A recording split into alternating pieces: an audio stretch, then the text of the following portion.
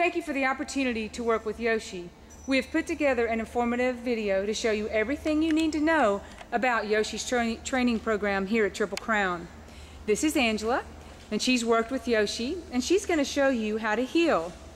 So Angela, if you'll start heeling. So when you take Yoshi on his daily walks, he is to remain in heel position.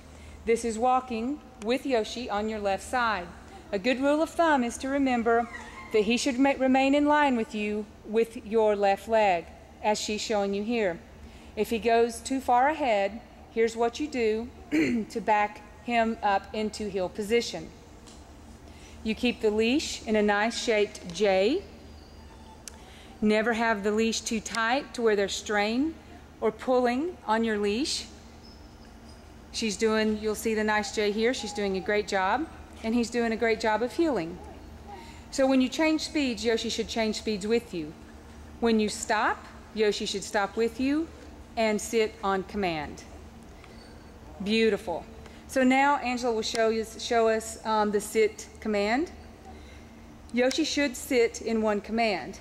If Yoshi does not sit, you must follow through by guiding him with the leash into a sit position, as that.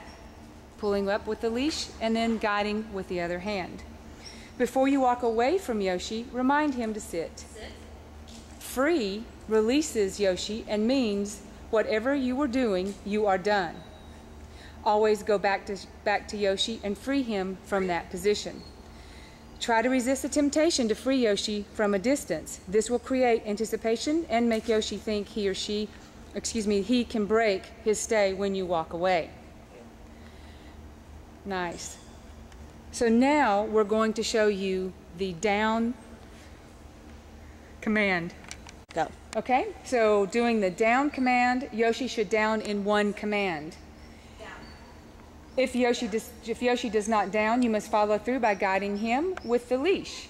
Down implies stay. Before you walk away from Yoshi, remind him down.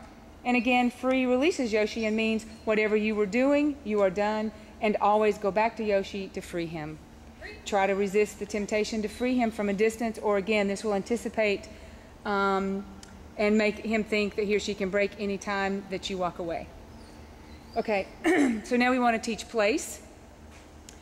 And place creates a boundary stay, and it also lets him know that he has his own place, as in a place bed. The place bed gives him, you can use what you want, but what we have and what we've trained our dogs on here is an elevated place bed.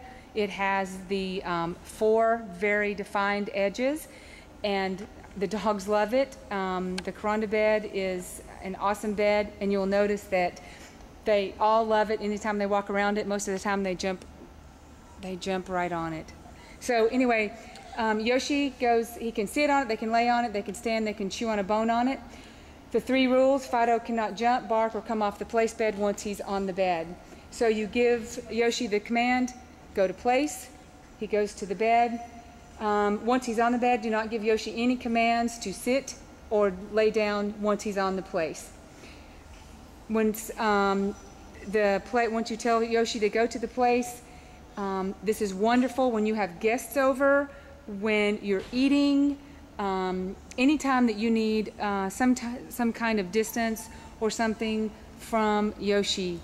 So the other thing too you can do is to give him an interactive toy so that he can chew on, play with, and that also gives him some freedom from things that he wants to chew on that he shouldn't, a little bit of boredom.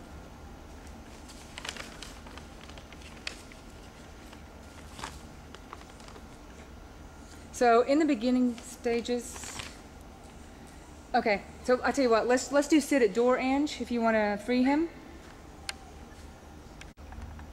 Okay, now Angela's going to show you what we do with Yoshi when we get to any doorway, any gate, any opening that requires going in and out of. So she's going to walk to the door. Yoshi will have to sit at command. Yoshi sits. And she said she just made the noise of ant. He knows that that means no. He sat back down. She opens the door. He remains seated. she goes out of the door, he still remains seated, which is perfect. She's going to, she freed him, he got up, and she came back in. And so, and then what would happen if she was totally going out the door, he would have went out the door, and then he came back in. So now, she's going to show the proper fit of the collar. Good boy. This is a martingale. They call it a martingale pinch collar. I know it looks like a medieval torture chamber collar, but it's not.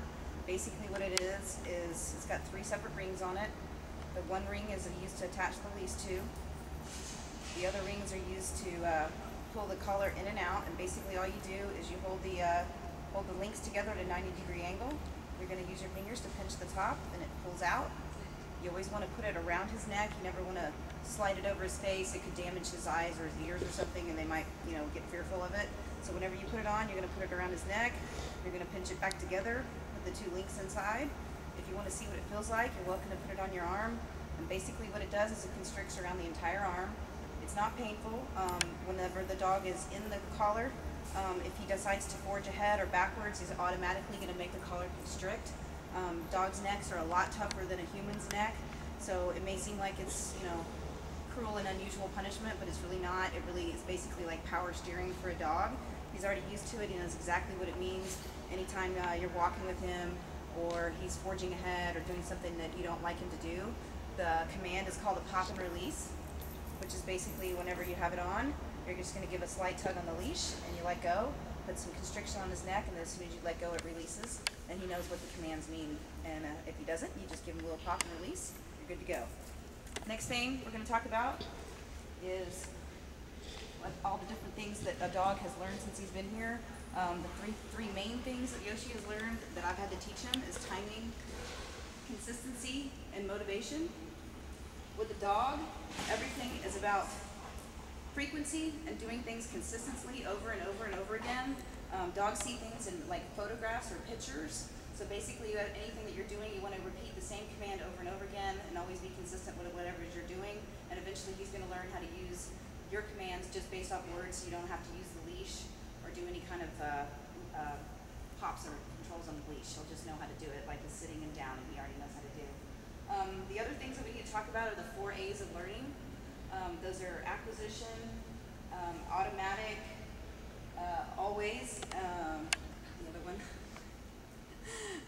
Anyway, basically the first thing you're going to do is you're going to teach the dog the command. So he learns the word, he's going to be using the leash to get the word under control, and then after he's learned the word, then you're going to give him an opportunity to do the commands on his own, and then after a short amount of time, it will become automatically fluent. You're not going to even have to give any pops or releases on the leash. All you can do is just simply give the command. Something else that's really important to know about dogs is their memory is approximately 1.3 seconds, and that's basically whether you're doing something good or something bad. So, say you've come home for the day and he's done something he shouldn't have, he's not going to remember why you're mad at him. So it's always important to praise or tell him he's done something wrong literally the second that it happens, because otherwise it's out of his memory and he's not going to remember.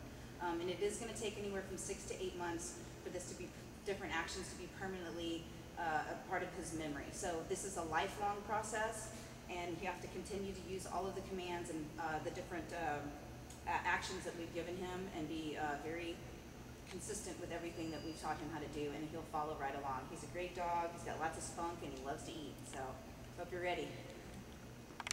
To work with JC, we have put together an informative DVD to show you everything you need to know about JC's training program here at Triple Crown. This is Sandra, and this is little JC.